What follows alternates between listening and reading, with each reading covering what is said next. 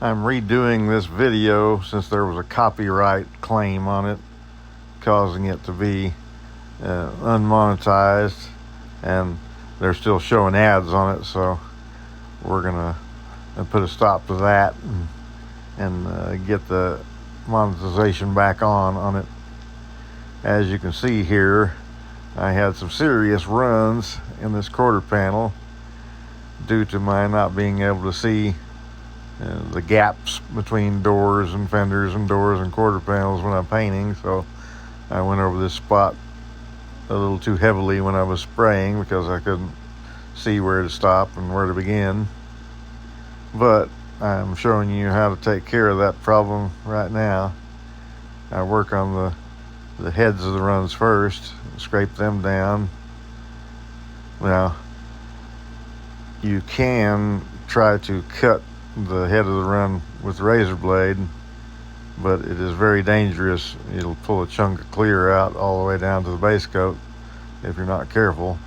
So I usually don't try to cut the heads of the runs off that way. I just shave them slowly but surely till I get to the bottom of them. The key to success in this here operation is to have patience and not try to go too fast to hurry up and get it done. If you try to hurry this up, well, you can imagine what'll happen. You'll be repainting.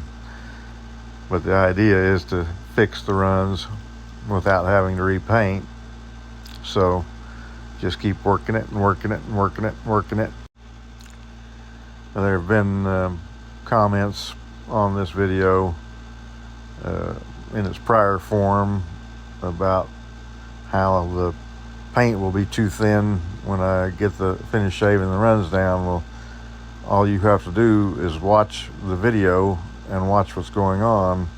I'm not thinning out any paint. I'm scraping the runs off. The paint is staying the same thickness. I'm taking the runs down level with the thickness of the paint that is the desired thickness without runs on it. So I'm not making it any thinner than the rest of the paint around it. Well, maybe a tiny bit, but not enough to worry about. In the beginning, I go in both directions, up and down, scraping, probably more down. As you can see, there's more shavings in the downward motion than the upward motion, but I am going both ways. But when you get close to finished, then you can feel which way is the softer way, and that's the way you want to finish up, is the one that doesn't feel like it's dragging against it. It feels more like it's going with the grain, so to speak. Now, I had originally planned on sanding this down to the level of getting it ready to block with the sandpaper wrapped around my little black rubber squeegee, but I just kept going and going, and I thought, well, this is for YouTube content. Let's see if we can get rid of this run completely with the razor blade instead of going on to block it, because I hate wet sanding no matter what kind of wet sanding it is. So I thought, well, let's just see what we can do, and you'll see in the end that old Billy learned something new. He can take that run all the way down, doesn't need to wet sand anything. When I buff this out, it's as if it was never there, and I didn't touch it with a drop of sandpaper, or a piece of sandpaper, I should say. I scraped the runs till I couldn't see them anymore, and then I took the buffer and buffed it, and you'll see the results in the end. It's amazing. And that's what I try to tell my viewers, that I'm learning new things as I go, creating content.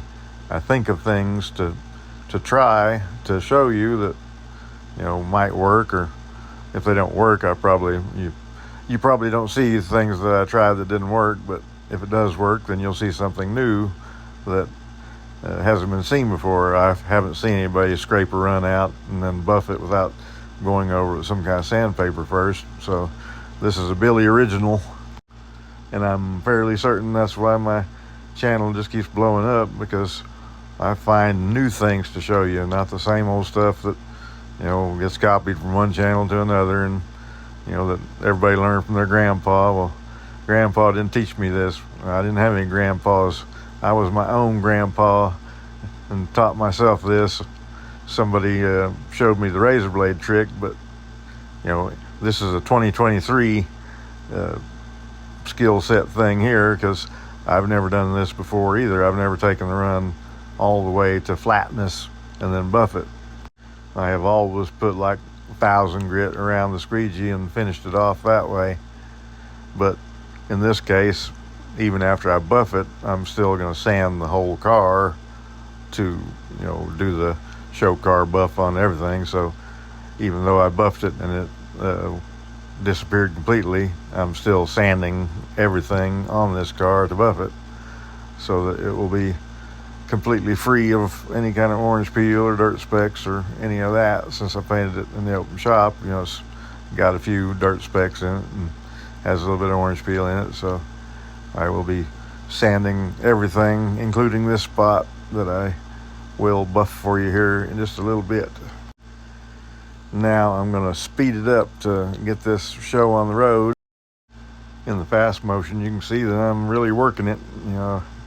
I do it in one spot for a while and I move to another, no particular reason, just to blend it all together evenly, I guess is what I would say. But I go there and then I come back and then I go over here and come back and working it down. Now I'm going to do the door run. It's a little more complex since the handle's in the way and it's right at the edge of a panel. I'm working the heads of the runs. There, I had cut that little head off that lower one without digging it out, so I was lucky. Now I'm scraping it. Some more and working it. It's a time-consuming process. It took like 16 minutes to do this scraping that you're watching, but I'm condensing the video down to faster speed because I don't need to have you look at it for the whole 16 minutes. You can see the whole 16 minutes in about 10. It was during this hand rubbing phase that I decided, well, why don't I just take the buffer and see if it'll buff all the way out, since it was looking pretty good. So I'm just gonna rub a little more and look at it, and then squirt my compound on there and start buffing it. And I buff at 3,000 RPM, so it gets hot enough to melt those scrapes into the finish and make it smooth again. I'm not that much worried about burning edges and stuff, since I've been buffing for a long time. Open the door a little bit where I can run the buffer off the edge. It's looking pretty good. Buff a little more. Still looking pretty good. Now, I have said this in buffing videos, but if you want to get the shine out and get the glass-like finish, you need to run that buffer fast to get the paint hot. And when I say hot, I don't mean like burning hot enough to warp the metal and stuff like that. Just get the paint warmed up where it'll smooth over. And you need to have lots of compound when you're doing that. If you run it dry, then it will get too hot and it will scuff the paint, like burn it, and it could get it hot enough to warp the metal. Now I'm doing the hand rubbing and getting it shined up just so. You can see that I had great success without any sandpaper at all. So please touch my like thingy and subscribe, damn it!